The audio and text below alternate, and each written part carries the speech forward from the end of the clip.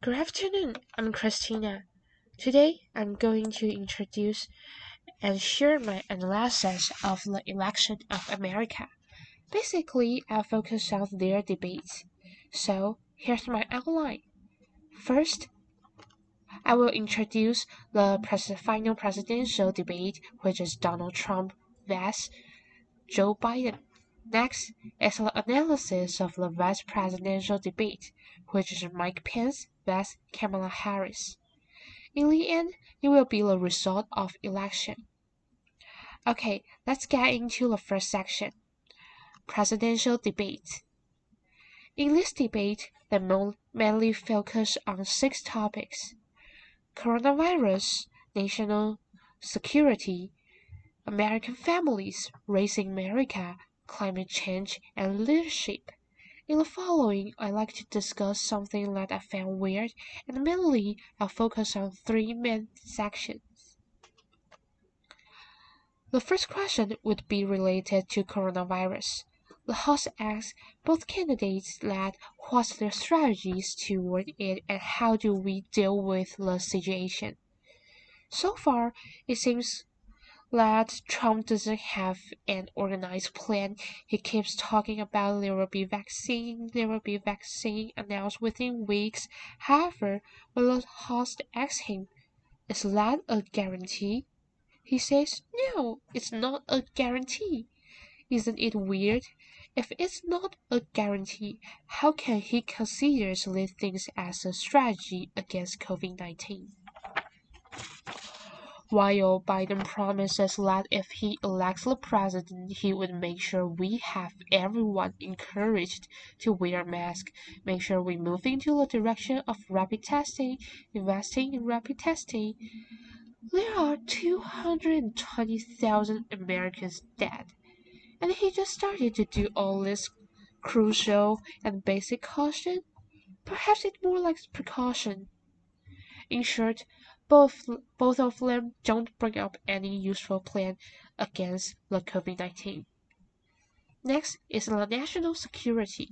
In fact, they talk more about the interference of election. The top intelligence officials confirm that both Russia and Iran are working to influence this election. What do they do to put an end to the threat?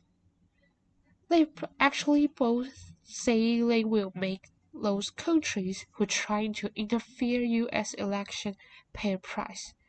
But they both also don't mention any specific plan, just keep saying we'll make them pay a price. Then they move on to accuse each other of taking other countries' money, no matter from Russia or from China. Not bring up any strategy, but keep blaming each other. Third, they start to discuss American families related to healthcare and immigration. In this topic, I think Biden is much better. He has a clear plan. Though they're still accusing each other of doing nothing or wanting to cancel the private insurance. Biden mentions that he'll reduce the premiums and reduce the drug prices.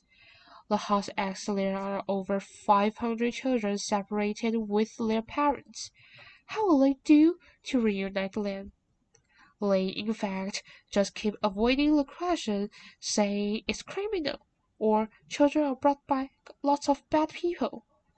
They're working very, very hard on it without telling any strategy.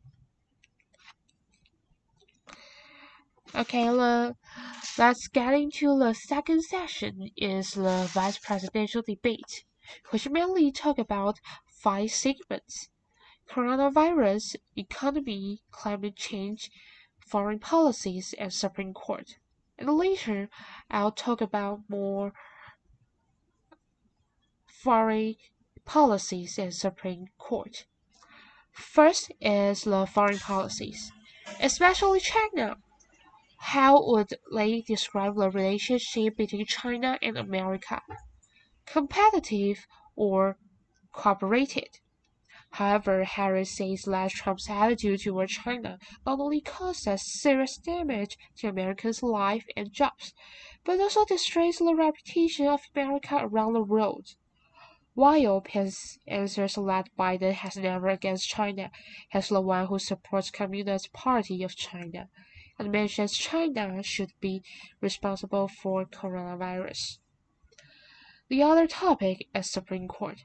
After the death of Ruth Bader Ginsburg, Trump promptly nominated Amy Coney Barrett Associate Justice. Thus, the House exclaimed what's the attitude toward it and abortion legalization.